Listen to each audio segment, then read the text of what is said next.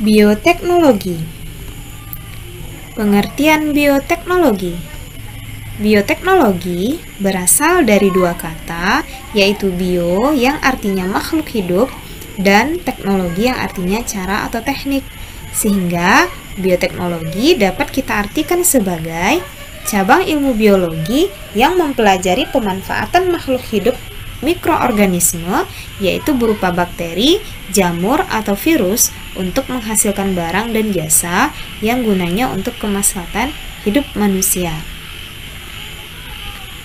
Ada 4 prinsip dasar bioteknologi, diantaranya yang pertama, menggunakan agen hayati atau biologi dalam prosesnya. Yang kedua, menggunakan metode tertentu.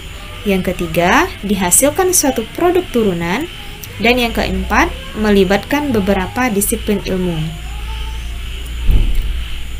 Bioteknologi terbagi menjadi dua, yaitu bioteknologi konvensional atau sederhana dan bioteknologi modern. Ciri-ciri dari bioteknologi konvensional atau sederhana yaitu menggunakan teknologi yang sifatnya masih sederhana, menggunakan jasad hidup secara utuh, produk yang dihasilkan dalam skala kecil. Contohnya yaitu pembuatan tempe, tapai, yogurt, mentega, kecap, dan roti. Sedangkan ciri-ciri dari bioteknologi modern yaitu menggunakan teknologi canggih, menerapkan teknik rekayasa genetika, menggunakan sebagian jasad hidup seperti gen atau DNA, dan produk yang dihasilkan dalam skala besar. Contohnya yaitu vaksin, hormon insulin, bayi tabung, dan antibodi monoklonal. Penerapan bioteknologi dalam kehidupan dari berbagai bidang. Yang pertama yaitu bioteknologi pangan. Yang pertama yaitu tapai. Dilakukan oleh bakteri Saccharomyces cerevisiae, jamur Aspergillus sp, dan bakteri Acetobacter aceti, yang dimana ketiga mikroorganisme ini terdapat dalam ragi, mengubah bahan baku dari singkong atau beras ketan menjadi tapai. Yang kedua yaitu yogurt, dilakukan oleh bakteri asam laktat, yaitu Lactobacillus casei, Streptococcus thermophilus, Lactobacillus bulgaricus, dan Bifidobacteria, yang mengubah susu menjadi yogurt. Yang ketiga yaitu keju, dilakukan oleh bakteri asam laktat, yaitu Lactococcus sp, Lactobacillus bulgaricus, dan Streptococcus thermophilus, yang dimana bahan bakunya juga susu, sama seperti yogurt.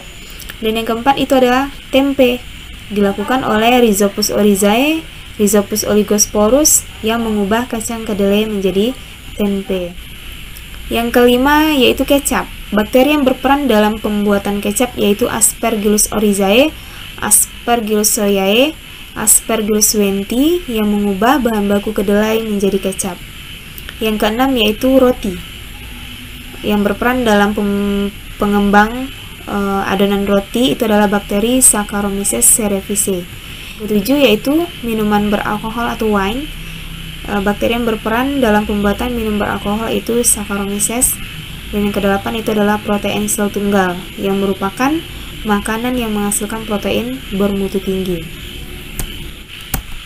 Selanjutnya yaitu bioteknologi dalam bidang pertanian. Yang pertama yaitu kultur jaringan. Kultur jaringan yaitu membudidayakan suatu jaringan makhluk hidup menjadi individu baru yang mempunyai sifat yang sama dengan induknya.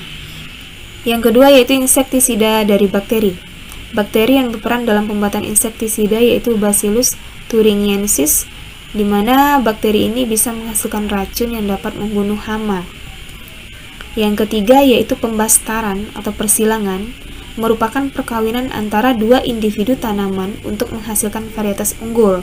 Misalnya ada dua tanaman mangga. Mangga yang satu ini buahnya kecil tapi manis, sedangkan mangga yang satu buahnya besar tapi asam.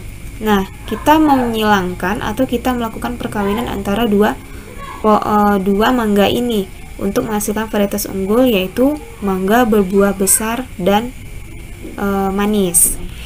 Yang keempat yaitu teknologi nuklir, yang digunakan untuk mutasi tanaman untuk menghasilkan varietas unggul, pemberantasan hama tanaman, dan mengetahui masa pemupukan yang paling baik.